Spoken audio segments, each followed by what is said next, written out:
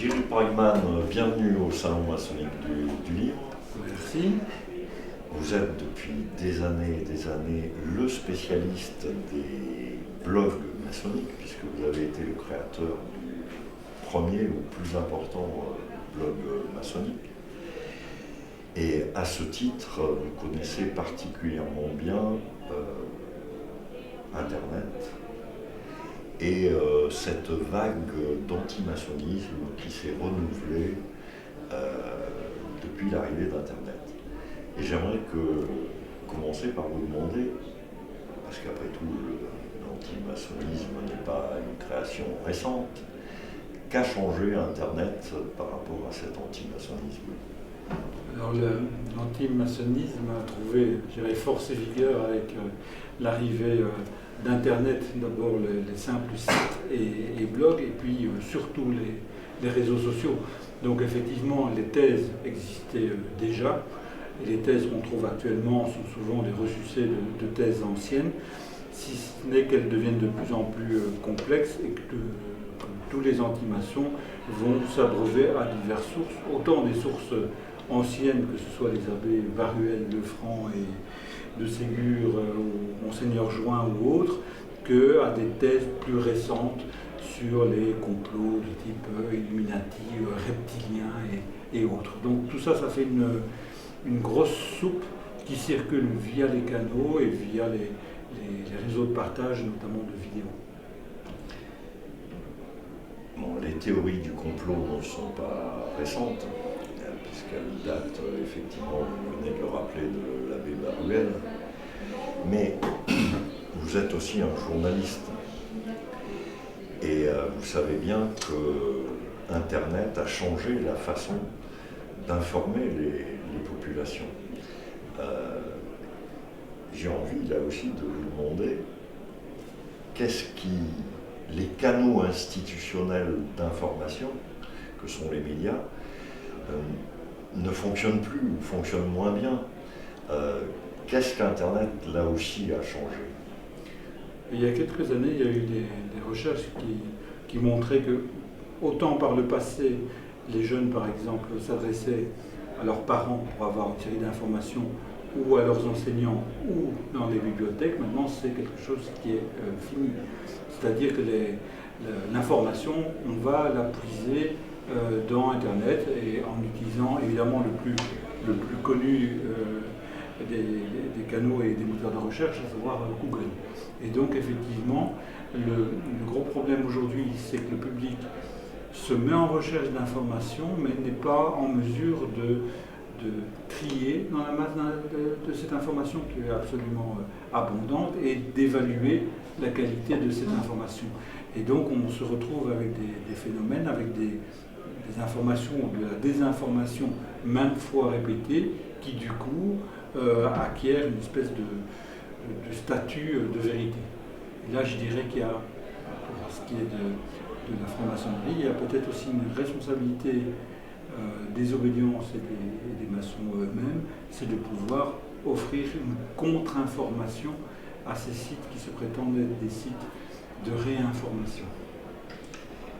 Mais les théories du complot ne sont pas récentes, mais ne pensez-vous pas que le fait qu'il y ait justement une masse d'informations absolument disponibles, avec un lectorat qui n'est peut-être pas mentalement structuré pour faire le tri, ne pensez-vous pas que c'est ça qui augmente la puissance de cet antimaçonnisme sur un thème général qui est on nous cache tout, on nous cache tout, on nous dit rien, et il y a donc forcément une vérité cachée.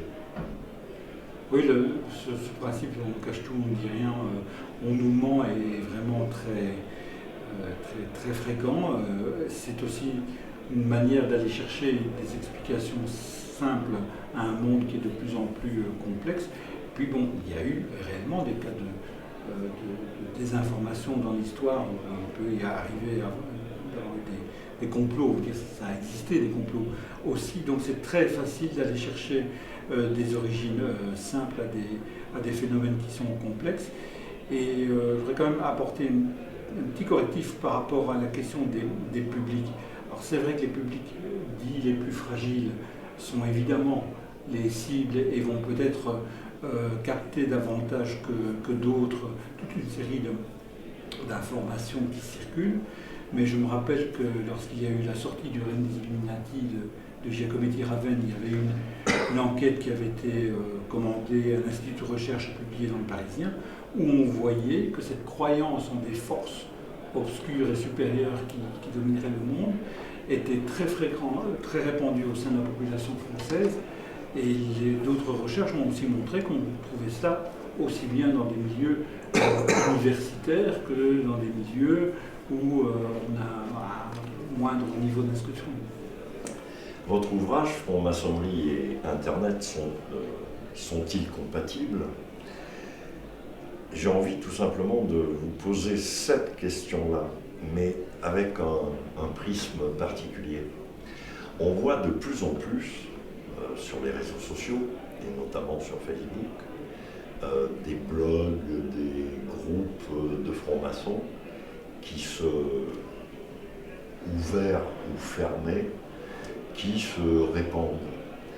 Que pensez-vous, puisque vous êtes vous-même franc-maçon, de cette propension des francs-maçons qui, a priori, ont l'habitude de cultiver une certaine discrétion?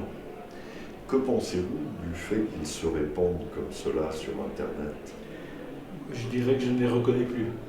Je ne reconnais plus les maçons que je côtoyais il y a une dizaine d'années, à l'époque où il y avait quelques listes de discussions et des forums, où, je pense à un forum comme Frédéric Desmond, où on vous demandait, on vous tuilait littéralement avant de pouvoir entrer dans le forum, et on demandait d'ailleurs si quelqu'un vous avait vu en loge. Il ne suffisait pas d'avoir été un jour maçon, il fallait être même un maçon actif. À cette seule condition, on pouvait intervenir dans le forum.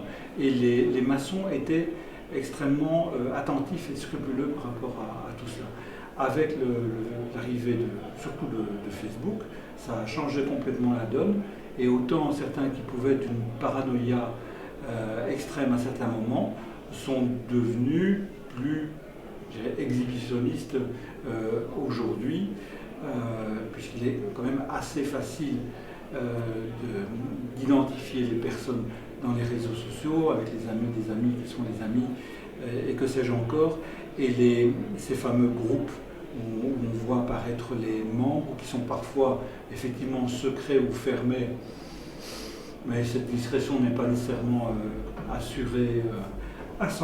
On a déjà vu des néo-nazis dans certains groupes Facebook extrêmement renommés.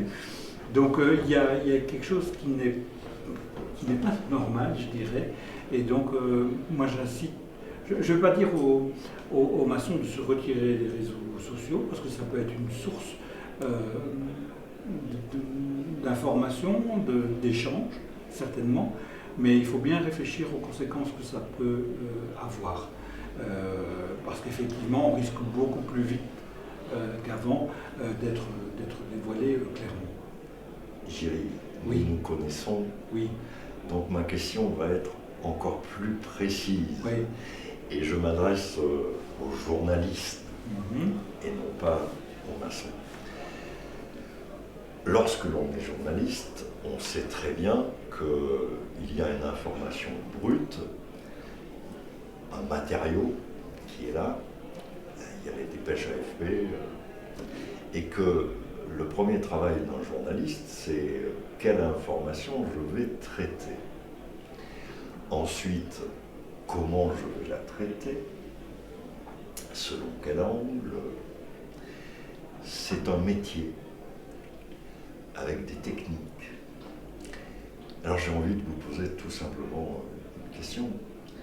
Ne pensez-vous pas que confier des Ferrari comme un blog à des conducteurs de 2 chevaux, ne pensez-vous pas que c'est très dangereux? Alors, mais je ne suis pas sûr qu'on confie des blogs à l'un ou l'autre. C'est-à-dire que les blogs, c'est chacun qui va décider de créer cela, de se lancer et puis de se faire un certain public et éventuellement de se faire une certaine crédibilité. Et donc effectivement, c'est un outil c'est plus facile effectivement de lancer un blog que de lancer une revue papier qui traiterait de la maçonnerie. Donc ça c'est l'avantage et l'inconvénient d'Internet, c'est qu'aujourd'hui les outils sont facilement utilisables pour tout le monde. Oui, mais le traitement de l'information, lui, oui. C'est-à-dire, ne l'est pas forcément. Donc tout le monde aujourd'hui peut être blogueur, tout le monde peut se dire blogueur et franc-maçon, sa qualité ne va pas nécessairement être vérifiée, et tout le monde peut se dire chercheur de vérité, comme le font d'ailleurs des anti-maçons. On ne va pas non plus vérifier sa qualité de journaliste, que ce soit en termes de formation ou que ce soit en matière de faire. Et donc le problème qui peut exister dans les blogs, c'est que certains ont une orientation plus veille et information. C'est en tout cas le souci que j'avais en mettant en place le blog maçonnique en 2004. D'autres blogs n'ont pas du tout une velléité d'information au sens journalistique du terme. Ce sont des blogs de lutte. Quand on a vu apparaître des blogs Myosotis, les blogs Acacia, ou certains blogs pro Grande Loge de France, par exemple. Donc là, ce sont des blogs orientés, il faut le savoir. Merci Jiří. Je rappelle le titre de votre ouvrage. Franc-maçonnerie et Internet sont-ils compatibles? Aux éditions d'Hervy. Et je vais vous répéter la question, mais donc vous allez me répondre d'un mot. Franc-maçonnerie et Internet sont-ils compatibles? Oui. Mais peut-être avec quelques conditions. L'Internet est un outil. Il faut savoir utiliser les outils, mais il paraît que les maçons sont spécialisés dans le domaine. Il paraît. Il paraît. Merci Jiří.